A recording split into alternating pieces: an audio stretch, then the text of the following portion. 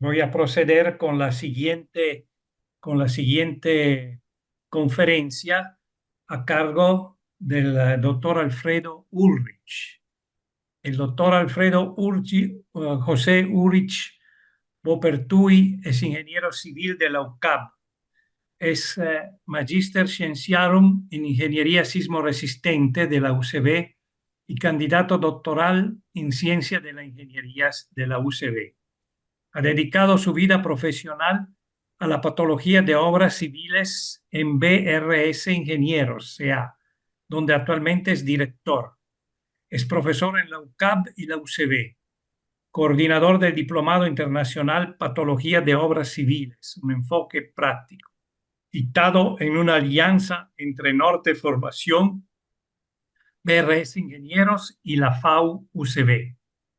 Es miembro de Earthquake Engineering Research Institute y forma parte de la junta directiva de la Asociación Latinoamericana de Control de Calidad, Patología y Recuperación de la Construcción, Delegación Venezuela, Alcompat Venezuela. La charla que dictará el doctor Ulrich esta noche se titula Diagnóstico y rehabilitación de estructura de concreto reforzado afectada por fuego. Tiene la palabra el doctor Alfredo. Adelante, Alfredo, por favor.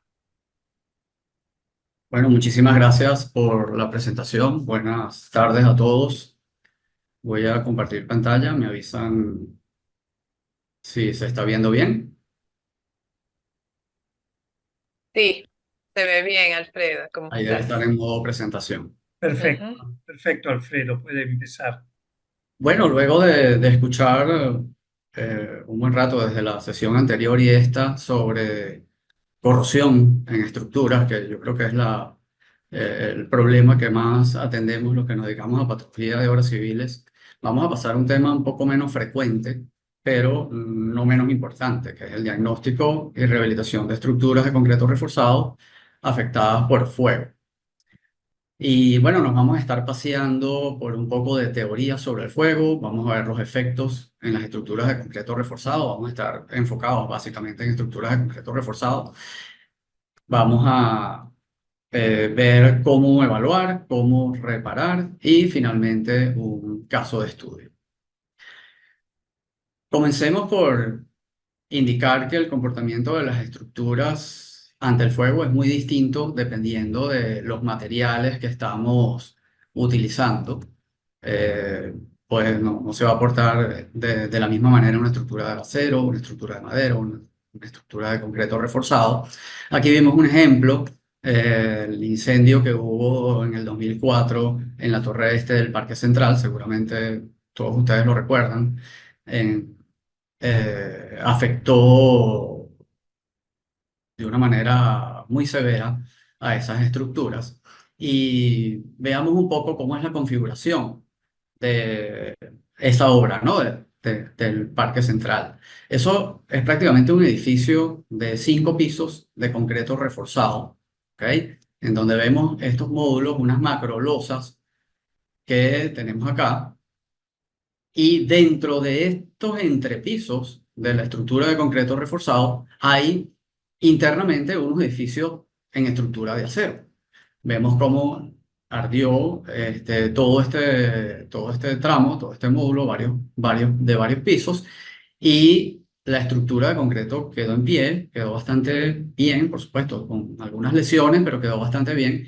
Y miren en las fotos de la derecha cómo quedó internamente. Esta fue una foto cortesía del profesor Mario Paparoni, que estuvo allá adentro y pudo tomar fotografías del colapso de todo lo que era la estructura de acero internamente. A ver que no me quiere pasar la lámina. Aquí está. Entonces, con ese preámbulo, digamos que las estructuras de concreto reforzado generalmente se comportan bien, pero igualmente tienen daños, requieren atención y es lo que vamos a ver en el transcurso de esta clase. Vamos a empezar por algunas definiciones. Un incendio es una combustión incontrolada que se desarrolla en un espacio y en un tiempo determinados. La reacción al fuego es la capacidad de contribuir o no al desarrollo del fuego que tiene el contenido de un edificio, su estructura, los elementos no estructurales, cómo pueden contribuir a la propagación y al desarrollo del incendio de estos materiales. La resistencia al fuego es el tiempo durante el cual un elemento de construcción, que podría ser una viga, columna, piso, pared, conserva sus funciones de diseño bajo una prueba de incendio estándar realizada en un horno en condiciones específicas de temperatura, carga impuesta, restricciones. Es una prueba que se hace para ver qué tan buenos son ante el fuego distintos componentes que podamos tener en nuestra edificación. Y para que se dé el incendio, tienen que concurrir tres elementos simultáneamente dentro del sistema, que son combustible, comburente, energía. El combustible, el material que se oxida, puede ser gasolina, gas, madera, papel, todos estos eh, materiales que, bueno, muy bien el nombre lo indica, sabemos que son combustibles.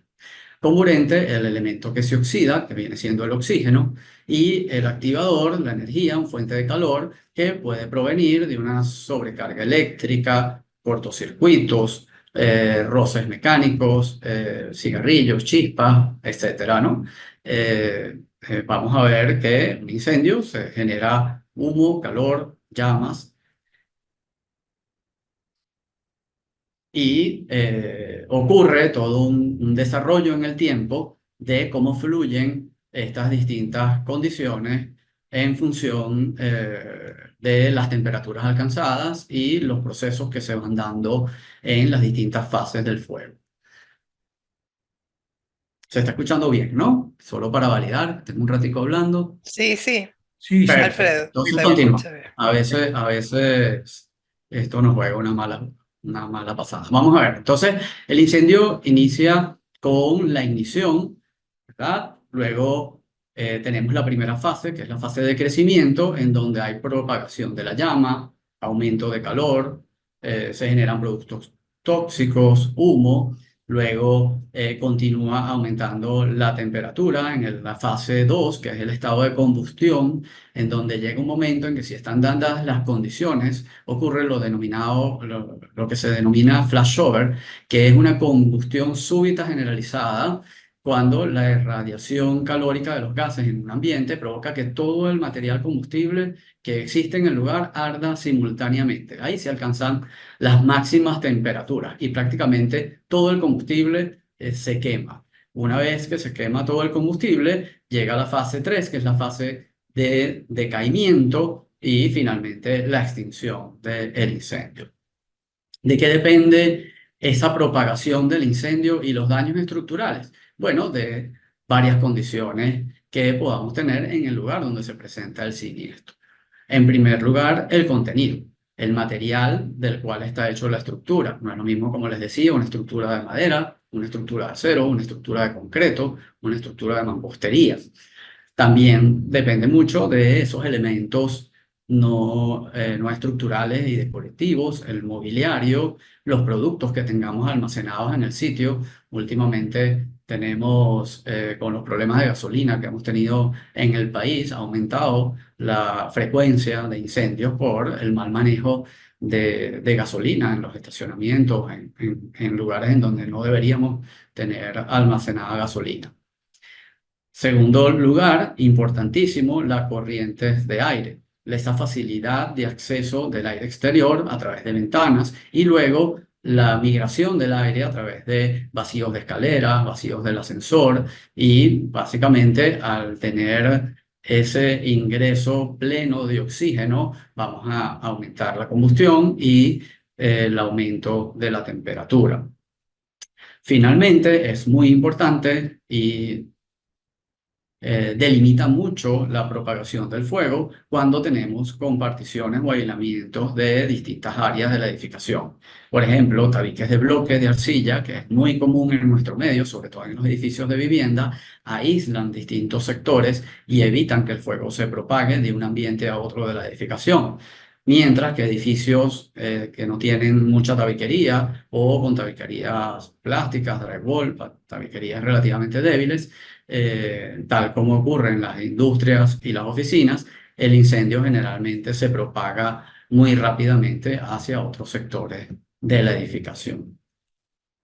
Tenemos, como les había comentado, que el concreto tiene cierta ventaja en su comportamiento al fuego. Vamos a compararlo con otros materiales. En primer lugar, la madera.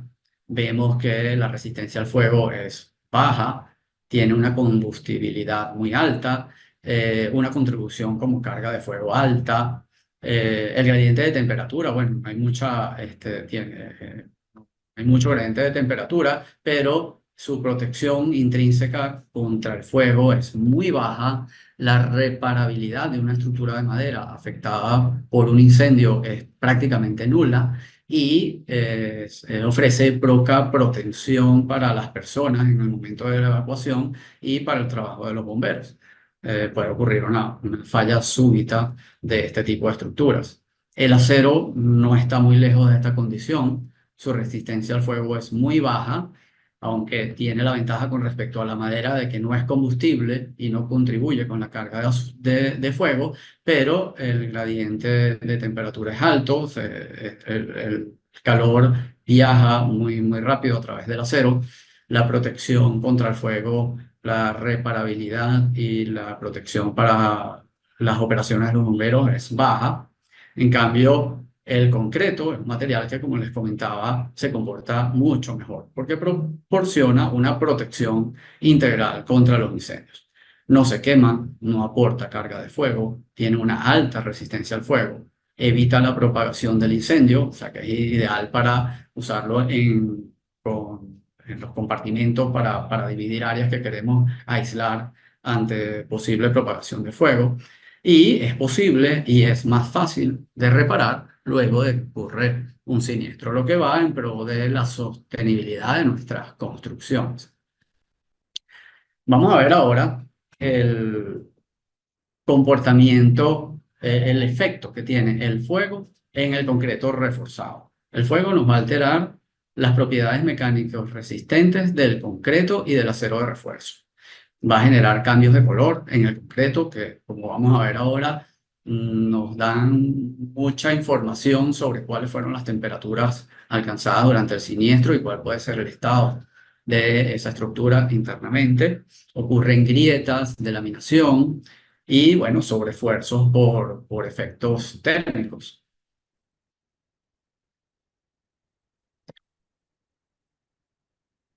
Ya, un segundito por aquí. Ok. Perfecto. Y estos daños van a depender del grado de exposición, que básicamente es las temperaturas que se alcanzan, el tiempo de exposición y también los cambios de temperatura. No solamente las temperaturas máximas alcanzadas, sino posibles cambios bruscos de temperatura que puedan ocurrir, por ejemplo, en el proceso de extinción. Eso también va a generar daños importantes en nuestra estructura. Vamos a enfocarnos en esta lámina, no la voy a leer con detalle porque tiene mucha información, pero en el concreto ocurren cambios mineralógicos que afectan la resistencia, dependiendo de las temperaturas, digamos, las temperaturas alcanzadas durante el incendio, ¿no?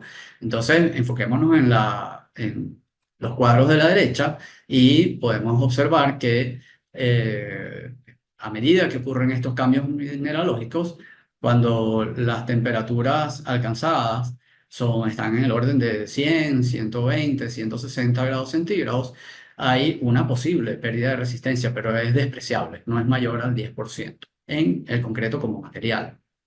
Pero cuando se superan temperaturas de 300 grados centígrados aproximadamente, ya sí comienzan una pérdida significativa de resistencia y cuando se alcanzan temperaturas por encima de 600 grados, el concreto ya deja de ser estructuralmente útil y su resistencia es prácticamente nula. Mientras van ocurriendo estos cambios en la temperatura del concreto, el concreto va cambiando de color.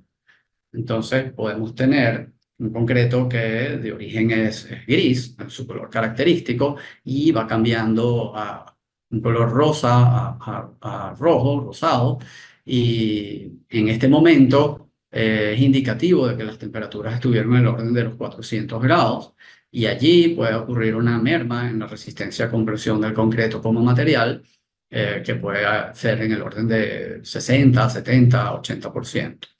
Si continúa aumentando la temperatura, ya se hace un color más gris rojizo, y allí la capacidad, la compresión del concreto afectado es muy baja, por debajo del 40%, hasta llegar a esos colores ante o amarillo claro, que luego vamos a ver fotos adicionales en donde les pongo ejemplos de estas situaciones, y allí ya prácticamente el concreto está calcinado, o con una resistencia residual muy baja, ¿no?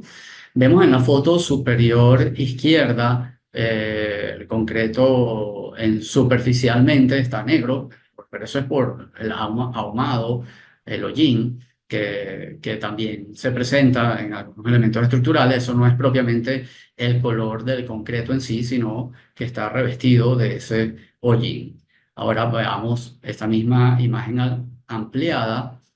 Podemos ver que en estos casos la presencia de humo en un incendio ocurre cuando la combustión es incompleta. Entonces, la falta de oxígeno hace que se generen estos gases, con muchas partículas sólidas que se depositan en la superficie de los elementos y generan esta película negra. Pero en realidad allí las temperaturas alcanzadas no fueron elevadas, ¿no? O sea, cuando tenemos este hollín nos indica que hubo combustión incompleta y por tanto las superficies ahumadas sugieren daños nulos o de poca significación.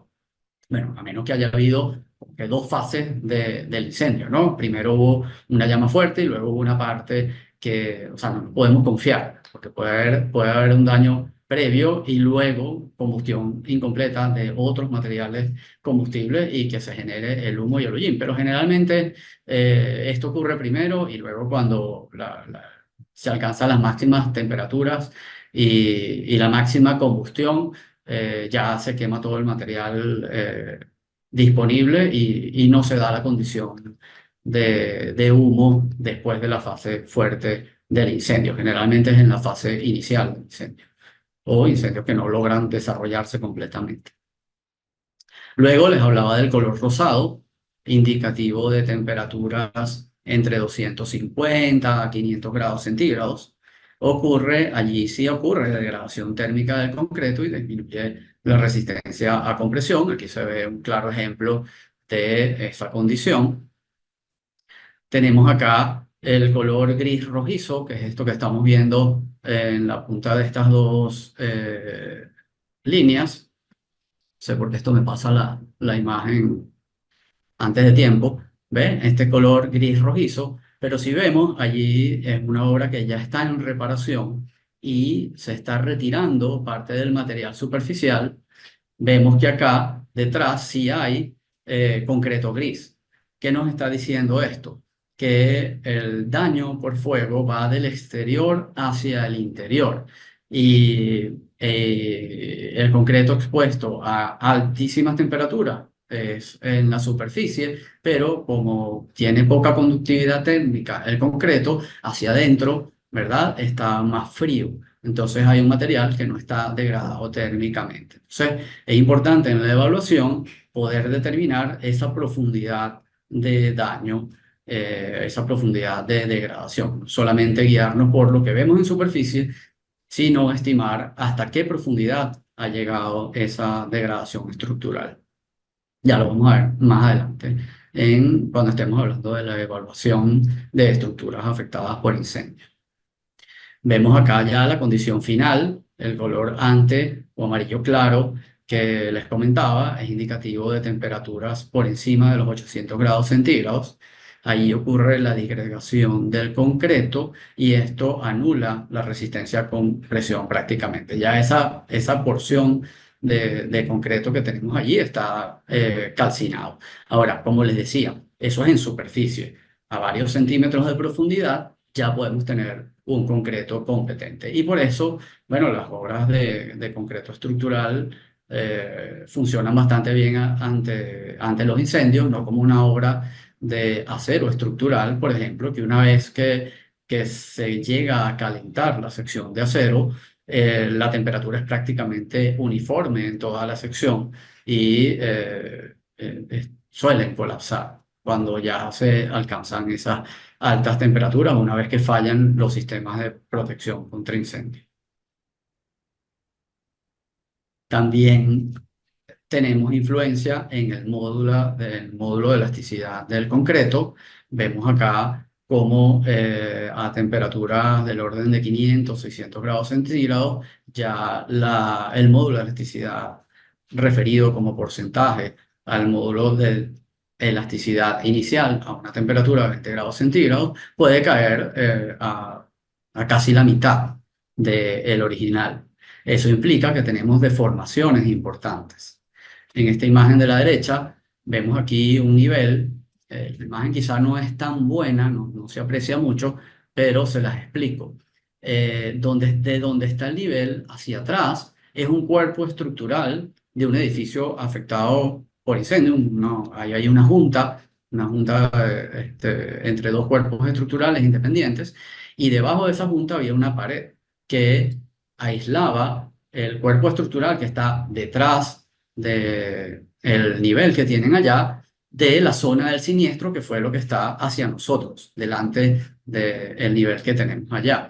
Entonces, fíjense la losa de este lado, la deflexión, que fue muy grande, más de 5 centímetros, en ese sector, debido a la disminución del módulo de elasticidad de la estructura, además de daños estructurales que hicieron que hubiera una flecha importante en ese sitio. Esto era un caso de una losa maciza en un edificio que sufrió un incendio. Vimos las condiciones del concreto como material. Ahora veamos qué ocurre con el acero de refuerzo. Vemos acá en esta curva, en esta gráfica, una gráfica que nos indica la temperatura alcanzada durante el incendio y la resistencia a la rotura del acero de refuerzo. Entonces vemos que a temperaturas en el orden de 200 grados centígrados, el acero inclusive aumenta su resistencia nominal. Pero cuando supera los 400 grados centígrados, la resistencia cae hasta valores prácticamente nulos. O sea, 800 grados centígrados, el acero en caliente prácticamente no tiene resistencia a la tracción. Eso es mientras está caliente el acero, porque una vez que se enfría, se recupera parte de su resistencia. Entonces, por supuesto digamos, hay una merma en la resistencia del acero de refuerzo y en sus condiciones, pero recupera parte de su capacidad. El problema mayor es mientras él está caliente, en pleno incendio. Si llega a desprenderse, prácticamente se cuelga de las estructuras porque no tiene ninguna capacidad. Otro problema con el acero es que debido a su alta conductividad térmica, va a deformarse de una manera diferencial con respecto al concreto y va perdiendo su adherencia. Cerca de los 400 grados, la adherencia entre el acero y el concreto se reduce a mucho menos de la mitad. Cerca de 600 grados ya prácticamente está perdida, y entre 600 y 800 grados no existe, se desprende totalmente el acero del concreto. Fíjense aquí en este caso, esto es de un edificio que evaluamos hace poco. Fíjense la barra de acero deformada por efecto del calor. Fíjense que pierde totalmente su posición, y vean acá la silueta de las estrías de la barra en donde estaba originalmente. Se ve que perdió totalmente la adherencia. Fíjense que la barra sale prácticamente limpia, ¿no?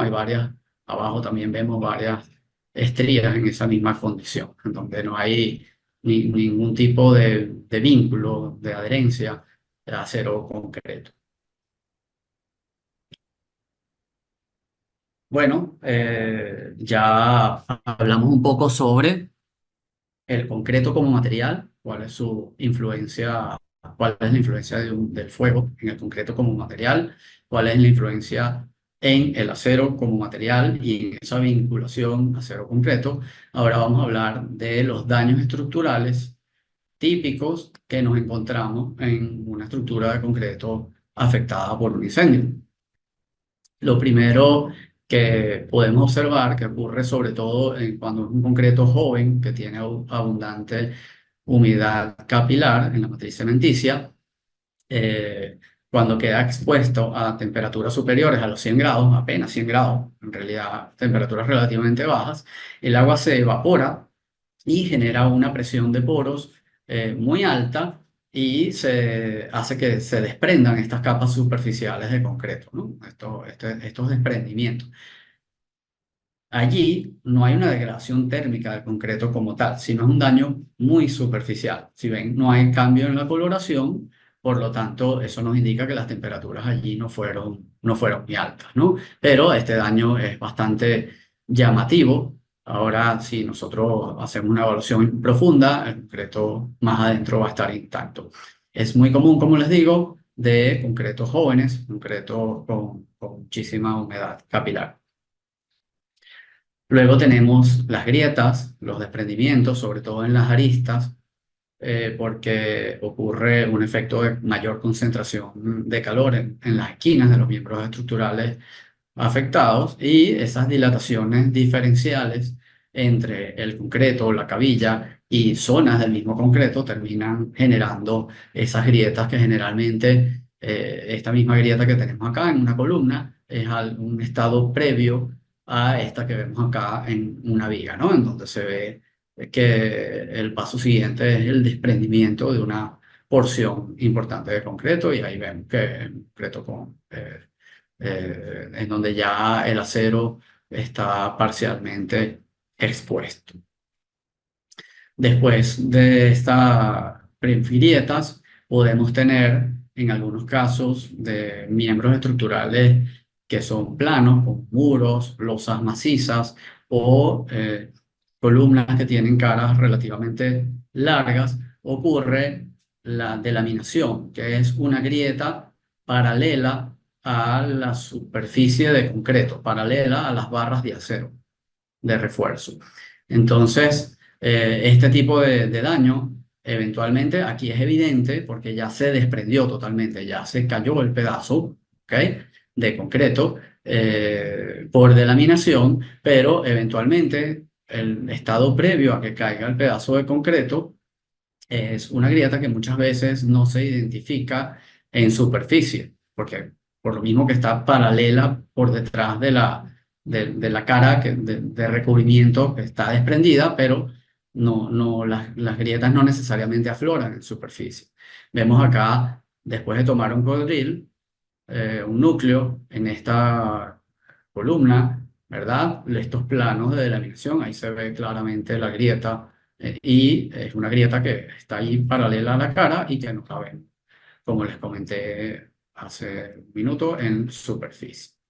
El estado siguiente ya son, bueno, daños severos, masivos, cuando el concreto alcanza altas temperaturas. Vemos en la figura A daños en una losa nervada, vemos el concreto calcinado, vemos desprendimiento de aristas en la viga y vemos el desprendimiento de nervios. También se observa la rotura masiva de los bloques piñata del encofrado en las típicas losas nervadas. En la figura B vemos daños severísimos en una losa reticular, ¿verdad? Que tienen una condición particular de vulnerabilidad porque tienen mucha superficie específica de exposición al fuego.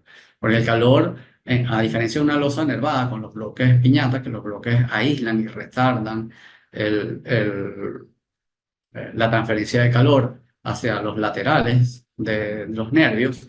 En el caso de este tipo de estructuras reticulares, el calor tiene acceso por todas las caras del nervio. Entonces los daños suelen ser mucho más severos y el tiempo en que tardan en dañarse es mucho menor para las mismas condiciones de fuego que una losa nervada tradicional con bloque piñata, que además generalmente están frisadas también. Tiene que vencer la resistencia del friso, luego desprenderse del friso, vencer la resistencia de los bloques que de alguna manera son materiales aislantes.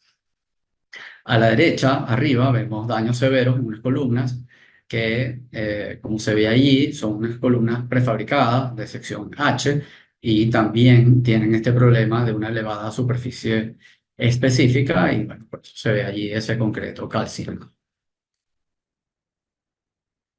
Acá vemos una condición extrema ya cuando se pierde la adherencia a acero concreto y se alcanzan altas temperaturas en el acero de refuerzo. Se ve como estas losas expuestas directamente al fuego.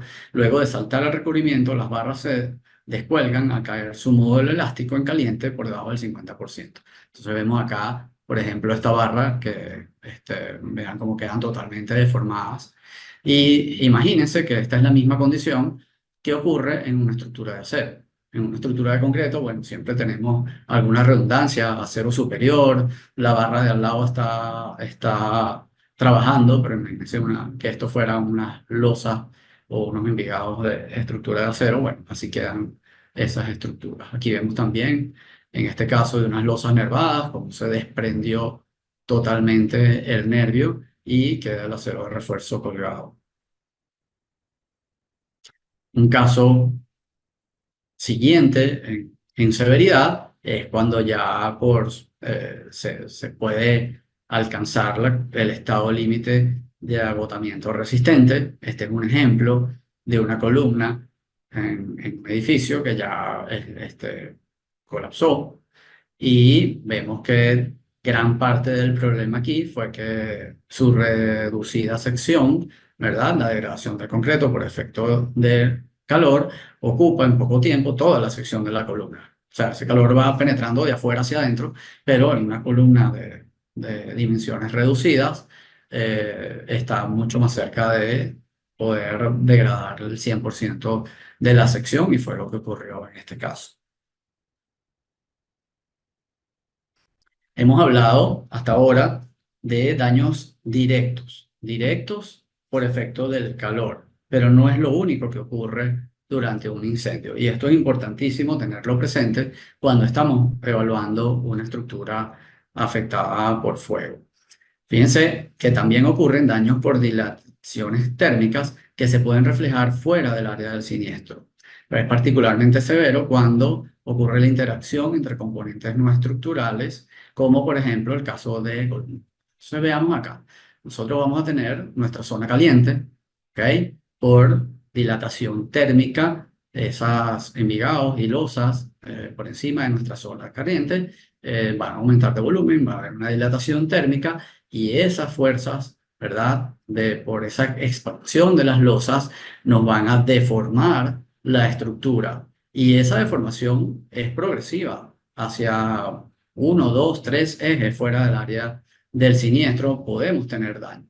Vemos este caso, el efecto de columna corta acá, ¿verdad? Porque además del problema de el empuje por dilatación térmica, esta restricción de la pared del lado izquierdo terminó generando el efecto de columna corta. Entonces, es un tema, un paréntesis acá, que cuando hablamos del efecto de columna corta, la mayoría de las personas piensan en el problema sísmico, pero es un efecto que se puede dar inclusive en casos de incendios y hemos tenido casos en donde aún con cambios de temperatura ambiental, bajo ciertas condiciones se puede presentar el efecto de columna corta, que ocurre ante deformaciones relativamente bajas.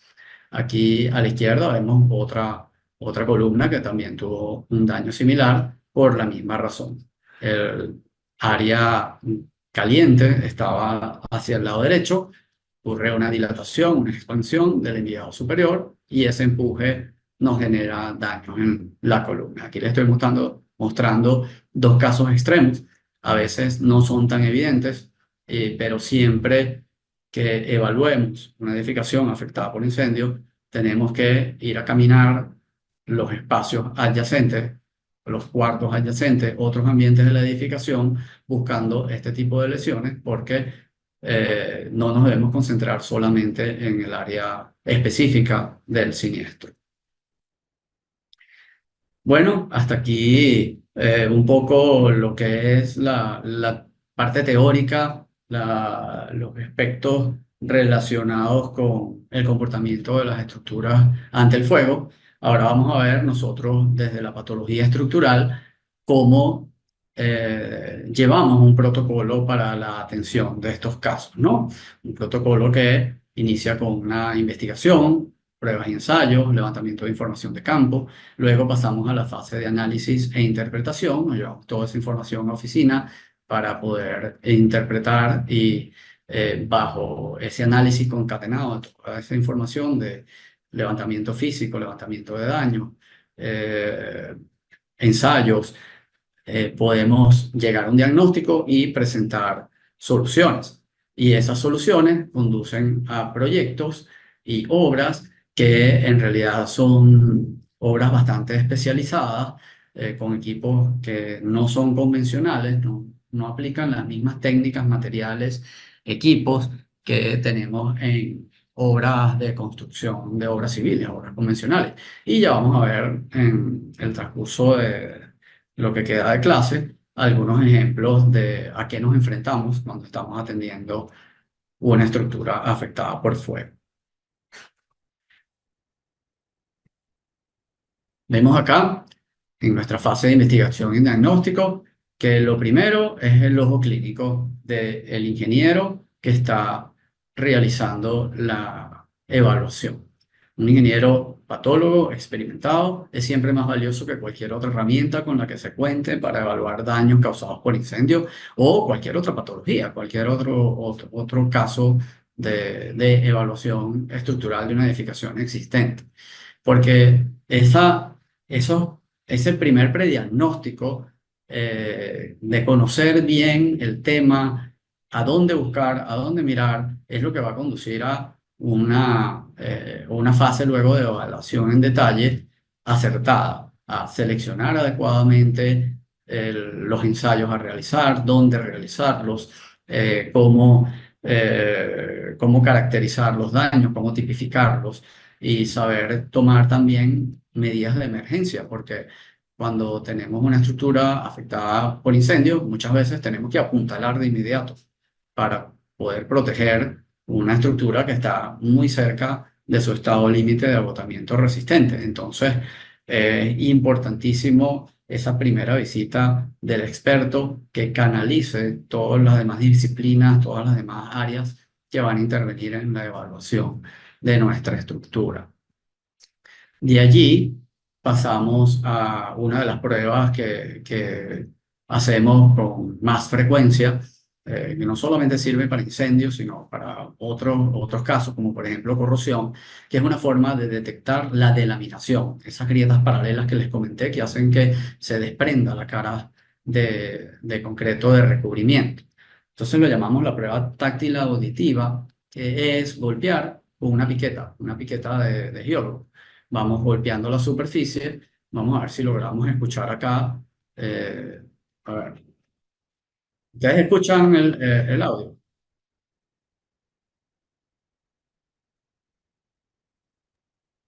No se oye tu voz, pero no se oye nada más.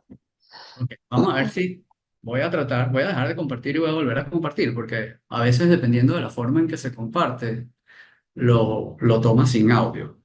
A ver si logro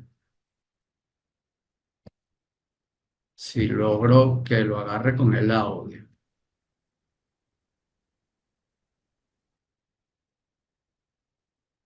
Ok, aquí estoy de vuelta. Se ve bien, ¿no? Sí, sí, se ve muy Se bien. ve bien. Ahora sí, Ahora sí. se escucha perfectamente. ¿Escucharon el audio al final? La diferencia. Fíjense.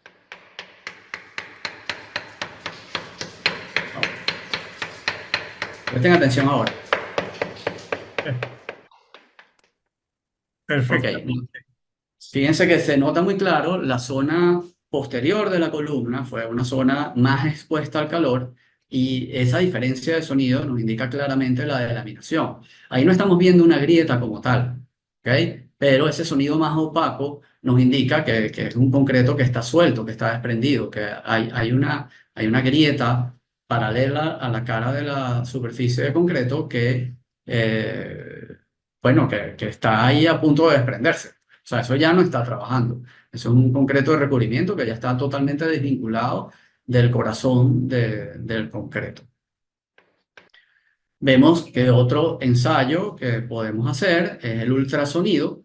Es una onda que va desde un transductor emisor hasta un transductor receptor y va a atravesar la masa de concreto. Esa onda depende del módulo de elasticidad, de la densidad del material, y todas estas condiciones en el concreto cambian progresivamente a medida que es afectado por el calor. Entonces, cuando hacemos el ensayo de ultrasonido, podemos identificar daños internos, detectar vacíos, grietas y también estimar la profundidad de concreto dañado en función de las, de los tiempos de tránsito, ¿verdad? En donde hubo mayor tiempo de tránsito, una menor velocidad promedio, nos va a indicar que la onda está viajando por un concreto degradado y podemos estimar la profundidad del daño y saber cuánta superficie de concreto debemos retirar para poder hacer una reparación exitosa.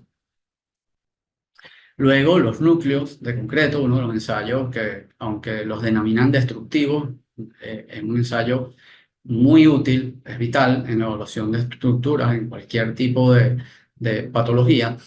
Y bueno, nos sirven para evaluar también la profundidad del daño, nos sirven para verificar si hay delaminación, grietas internas, para calibrar el método de ocultación con ultrasonido. Porque si nosotros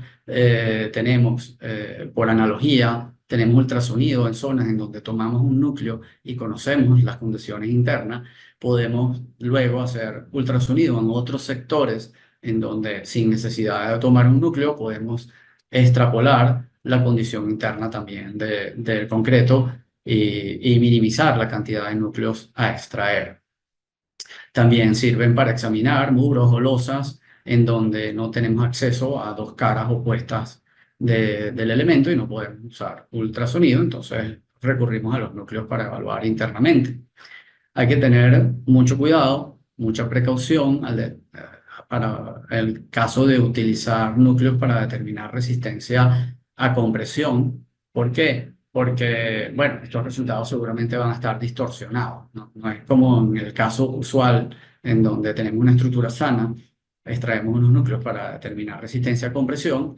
En estos casos, la información no va a ser muy útil. Es más que todo para inspección visual, determinar la condición interna del concreto, validar si hay grietas. Entonces, fíjense, por ejemplo, en esta columna, fíjense la grieta que viene por aquí, donde está el cursor.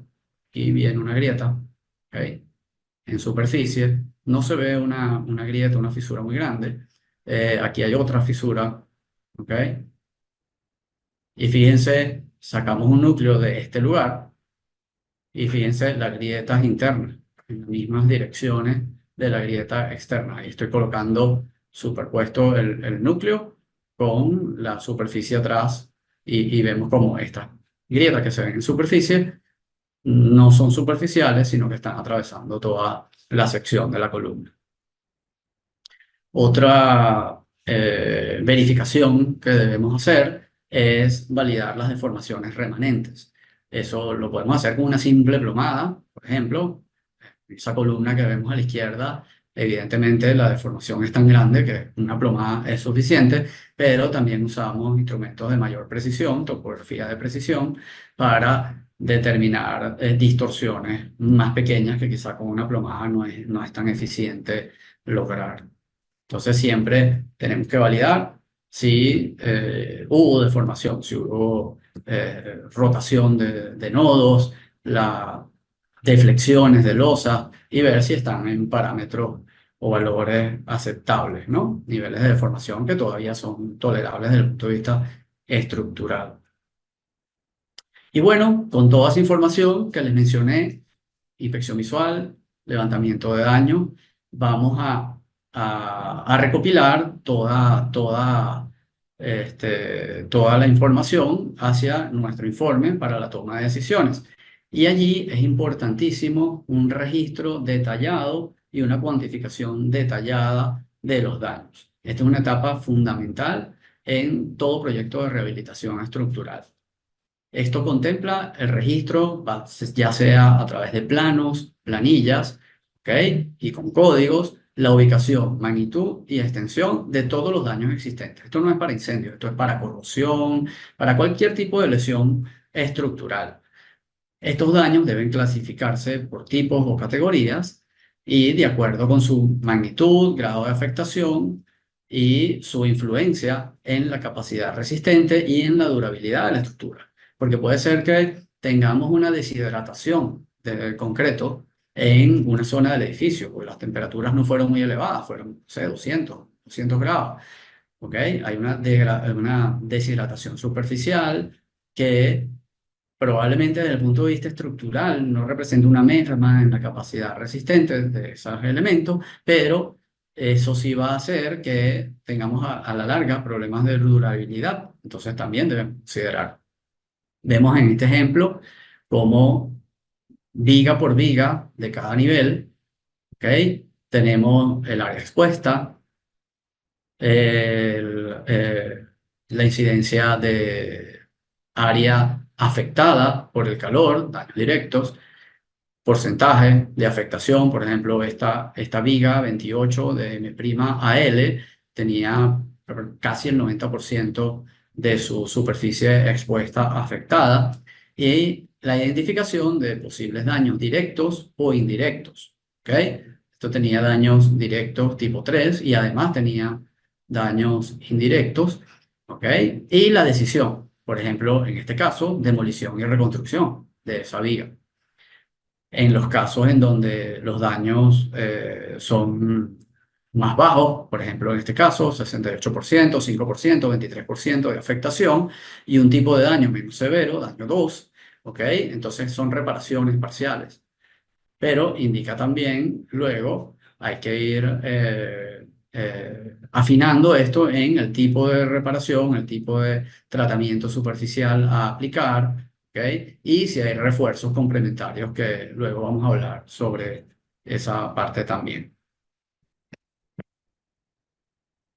Entonces, bueno, eso es la fase de evaluación. Con todo esto, ¿verdad? Llegamos a nuestro diagnóstico y un proyecto de reparación. El proyecto de reparación bueno, puede variar mucho, pero generalmente estas son las técnicas que más aparecen dentro de una intervención de una estructura afectada por incendio. Primero, el apuntalamiento. El apuntalamiento, eventualmente desde la primera inspección, para proteger a la estructura afectada por el incendio, porque quedó en un estado muy vulnerable. Pero también durante la reparación nosotros vamos a eliminar más concreto del que ya se cayó por efecto del incendio, para poder llegar hasta la sección sana, ¿ok? Y esa es una condición de vulnerabilidad adicional que hay que contrarrestarla con un buen sistema de apuntalamiento. Luego, la eliminación del concreto afectado, que puede ser por escarificación o la remoción total, sección completa. También luego la limpieza y acondicionamiento de superficies, chorro de arena, chorro de agua, los vínculos para unión al sustrato, que pueden ser mediante anclajes con conectores de corte, que se complementan con mallas, armadura de piel, que podamos colocar en algunas ocasiones, el puente de adherencia epóxico, que no siempre es necesario, pero es muy útil, y luego la reposición del concreto, que puede ser con mortero proyectado, shotcrete, que es excelente sobre todo para losas macizas, para vigas, muros. También morteros fluidos vaciados con encofrado, y muy útiles y muy versátiles los morteros preosificados, que pueden ser también tixotrópicos o vaciables. Aquí vemos algunos ejemplos del apuntalamiento. Como les comentaba, ahí se está apuntalando una viga que estaba en mal estado, la cara de arriba, pero fíjense la condición de esta columna que se está reparando en ese lugar, en la cual se está retirando una cantidad importante de concreto, ¿ok? Se está desvinculando totalmente de acero. Entonces, en ese momento, la condición de esa columna es de una altísima vulnerabilidad y tenemos que derivar las acciones hacia el apuntalamiento. Vemos acá el proceso de demolición, escarificación, que eventualmente tenemos que sacar la sección completa, eventualmente es una porción de la sección en función de la profundidad de afectación. La reposición, la preparación de superficies, perdón, en este caso con sandblasting, con chorro de arena, también se usa chorro de agua, alta presión, y la restitución del concreto, que como les decía, puede ser con shotcrete, como la foto de arriba. Aquí se está vaciando un mortero autonivelante desde unos orificios, ¿verdad? Debajo de esta losa está el encofrado y ya la superficie preparada y se vacía desde arriba por unos orificios o estos que son los morteros tixotrópicos predosificados. Después vamos a ver más ejemplos de estas técnicas en la fase de reparación. Finalmente, habíamos hablado de daños indirectos y tenemos, por ejemplo, este refuerzo de miembros estructurales fuera del área del siniestro que tenían unas fisuras diagonales y para restituir la condición nominal de estas estructuras. Esto es un caso de la Torre Europa, cuando se quemó la Torre Europa, proyecto de Centeno Rodríguez y Asociados, que nosotros realizamos luego la obra. Vemos acá unas planchas de acero para restituir la capacidad a corte de esas columnas. Más recientemente, son muy comunes también lo que llaman fibras de carbono, ¿no? Estos sistemas CFRP, que es, polímeros reforzados con fibras de carbono, que con material altísimamente resistente, una resistencia nominal unitaria que puede superar hasta 8 o 10 veces la resistencia nominal de esas planchas de acero convencionales. Y bueno, son muy útiles para este tipo de casos de daños indirectos en las estructuras afectadas. No confundan los daños directos. No podemos restituir un concreto calcinado, decir que lo vamos a reparar con fibras de carbono. A veces las personas llaman, mira que tengo unas cangrejeras, tengo un problema X y ya quieren todo hacerlo con fibras de carbono. Y eso no sirve para todo en realidad, sirve para algunas cosas. En este caso es válido, pero hay que tener mucho cuidado con esa moda de las fibras de carbono, porque cuando la usamos mal, lo que terminamos es desprestigiando el sistema, en lugar de favorecer el auge de un sistema que ya no es tan novedoso, pero sigue siendo algo que todavía le falta mucho por desarrollar. Bueno, ya para ir cerrando, vamos a hablar de un caso práctico, un caso de estudio, una edificación, así la conseguimos, afectada por un incendio, ¿ok? Entonces, fíjense aquí esta condición, ¿no? De piel de cocodrilo que tenemos aquí en la superficie, que el que no está muy experimentado quizá subestime lo que hay detrás de esto y ya lo vamos a ver. Fíjense por acá una tendencia de fisuración diagonal en unas columnas, ¿verdad? La zona más caliente estuvo hacia allá atrás. Fíjense los carros en la zona caliente. Fíjense que este carro aquí, aunque tuvo calor, no está tan afectado, o sea, está en una zona más fría. Y tenemos los daños indirectos que ya los vamos a ver en detalle. Vean cómo quedaron las losas. En realidad, una estructura muy, muy, muy afectada. Bueno, todo el protocolo, el típico, la prueba táctil auditiva, que ya escuchamos cómo suena, cómo identificamos los daños, el ultrasonido para evaluar profundidad de daños. Y fíjense este caso, ¿no? Superficialmente veíamos esta fisuración, ¿no? De piel de cocodrilo que tenemos acá, quizá algunas fisuras un poquito más extensas. Ahí se está tomando un núcleo.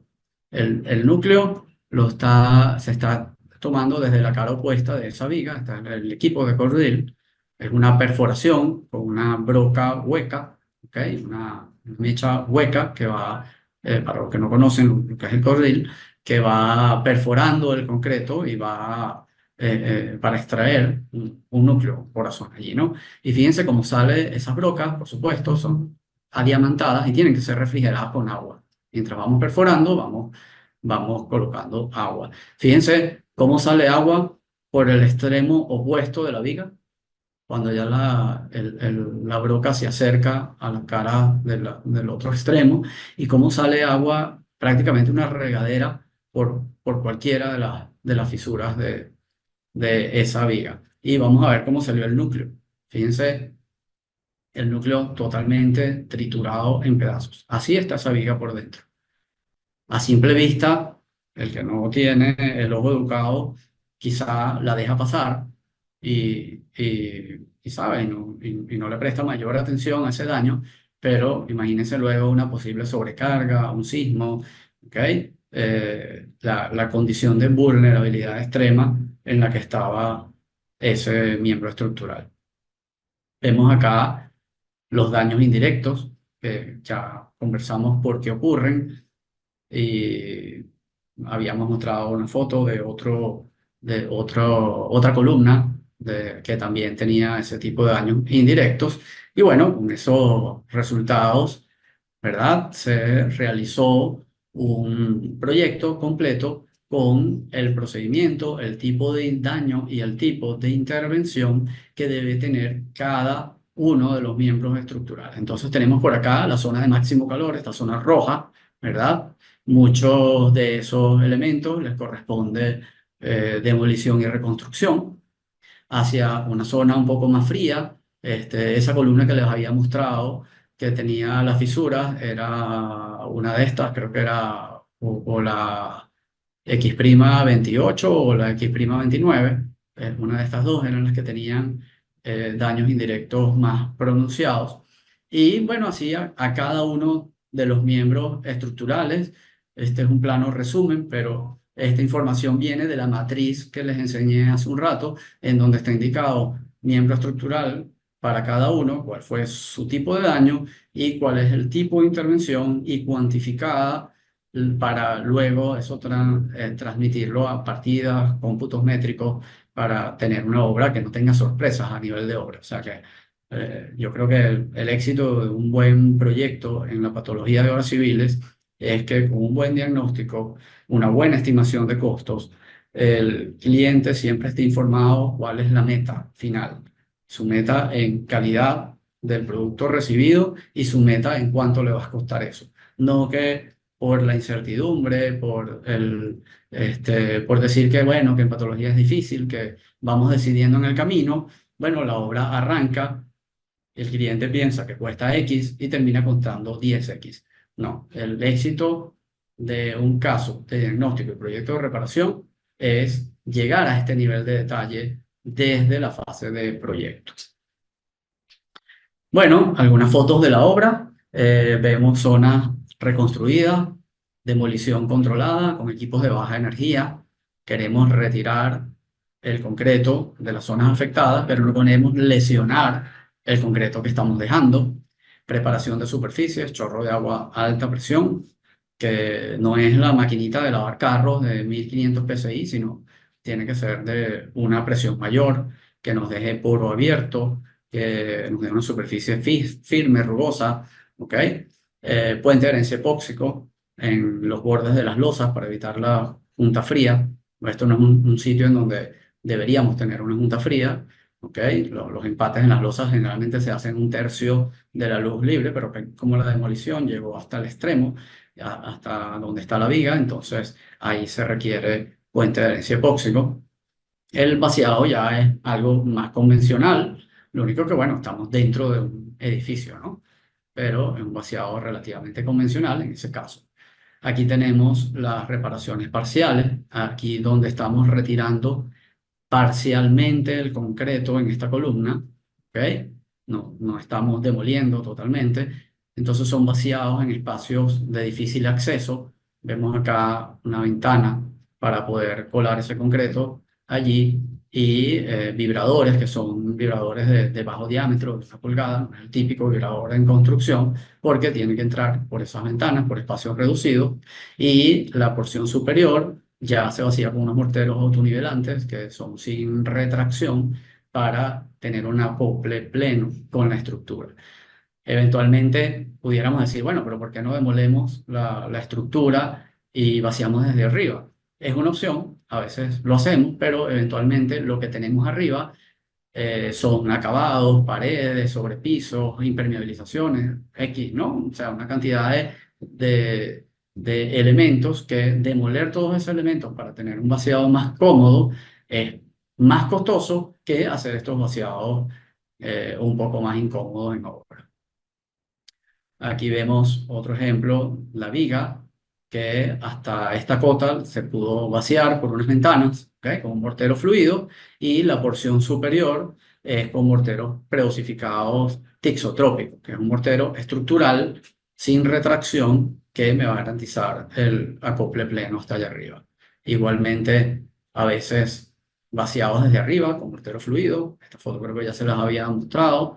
Y esto es el proceso de restitución de nervios. Allá está uno que ya está restituido con mortero tixotrópico, y aquí uno que está en proceso de escarificación. Aquí tenemos otro caso, fíjense el daño en los nervios de la losa, ¿ok? Y aquí 2 nervios ya restituidos y ahí la viga al fondo ya reparada. Esto es el refuerzo con fibras de carbono que les mostré esta imagen, pero bueno, era parte de esta misma obra, de este mismo caso, una de las columnas que estaba un poco distante del área del siniestro, y bueno, ya se fue restituido ahí su condición, pues, su condición nominal, perdida por efecto de las fisuras que tenía, se restituyó con este refuerzo complementario con polímeros reforzados con fibras de carbono. Y bueno, creo que esto es ya prácticamente todo lo que tenía por aquí. Antes, aquí vemos una foto de lo que conseguimos y lo que quedó al final, la estructura totalmente rehabilitada y en uso, un proyecto bastante exitoso. Y bueno, este material que les he presentado, quería comentarles que es una adaptación de un diplomado. Esta es una clase que usualmente nos da el ingeniero Rodolfo Stanone en un diplomado de patología de obras civiles. Y bueno, le pedí permiso para adaptarla para este curso, para esta conferencia. Y bueno, me cedió el permiso y es lo que acabamos de presentar. Por supuesto que en el diplomado se dan otras aristas, porque la clase es un poco más larga, pero bueno, aquí hicimos un buen resumen, una buena adaptación. También gran parte de lo que les he mostrado está en el libro de Ingeniería Forense y Estudios de Sitio, editado por el doctor Graces. Allí hay un capítulo que es Evaluación y reparación de estructuras de concreto armado dañadas por incendios, por Bopertui Scanone, y bueno, tiene gran parte de lo que hablamos hoy para los que deseen complementar la información. Por supuesto, las guías del ICRI, del International Concrete Repair Institute, son muy buenas, son importantísimos para toda esta área. Hay un librito que me encanta, que es la referencia número 5, que es Concrete Repair and Maintenance Illustrated, de Peter Emmons. Es buenísimo. O sea, el que pueda comprar ese libro, cómprelo, porque para dedicarse a esta área tiene muchísima información de cuándo usar puente de epóxico, cuándo no usar, los equipos que debemos usar para remover el concreto, todos los materiales que podemos usar en el área de reparación y reforzamiento. Un librito excelente que bueno, desde hace mucho tiempo lo tenemos en la oficina y de verdad que es de consulta permanente. Y bueno, hay otras referencias allí de alguna información que sacamos en varias de las láminas. Antes de llegar a las conclusiones, tengo algunas reflexiones finales. No sé, creo que ya estamos 3 minutos sobre la hora, pero antes de llegar Tiene a... otros 5 ¿Perdón? minutos, Alfredo, no te preocupes. Perfecto. Eh, Antes de llegar a las conclusiones, quería invitarlos, porque sé que todos aquí estamos en- interesados por el área de la patología, ¿no? Bueno, si estamos en esta parte de la cátedra que es dedicada a la patología de obras civiles, a la ingeniería forense, para los que no están enterados aún, tendremos un congreso el 25 y 26 de octubre de este año. Va a ser aquí en Caracas, en la Universidad Católica Andrés Bello. Y bueno, quería comentarles que vamos a tener invitados internacionales, vamos a tener un tremendo congreso y quería invitarlos a inscribirse. Y para animarlos. Yo creo que el comité de finanzas me va a regañar seguramente, el comité de finanzas del Congreso, por andar dando descuentos, pero me pareció que era interesante ofrecerles un código de descuento para los que se inscriban hoy, ¿ok? Así pueden participar todos los que están aquí en esta clase. Un código de descuento que sea cátedra ANIH, Academia Nacional de Ingeniería y Hábitat 2024, y con ese código de descuento solo van a pagar la mitad de la tarifa de inscripción en el Congreso. Para más información, pueden tomar nota de ese correo que está allí, y por ahí les enviamos toda la información para la inscripción. Es compadd2024@gmail.com. Y bueno, ya para cerrar entonces, les comento que los incendios son eventos accidentales, poco frecuentes, ¿ok? Pero hay un riesgo de que ocurran. Siempre estará presente ese riesgo y sobre todo en instalaciones industriales y edificios de oficina, que son los más vulnerables. Habíamos hablado también últimamente estacionamientos donde hay digamos, hay una mala práctica de tener bidones de gasolina que no son adecuados y bueno, se ha visto de unos años para acá más incidencia de incendios, sobre todo en estacionamientos de edificios residenciales. Además de los daños directos debido a la exposición a las altas temperaturas, hay que tener presente siempre que también se generan lesiones indirectas fuera del área del siniestro, ¿no? Estas inducidas por dilataciones de origen térmico en los distintos componentes de la estructura. Ya vimos varios ejemplos de esa condición. Entonces, cuando vamos a evaluar una estructura, siempre nos van a llevar al sitio en donde estuvieron las llamas, ¿ok?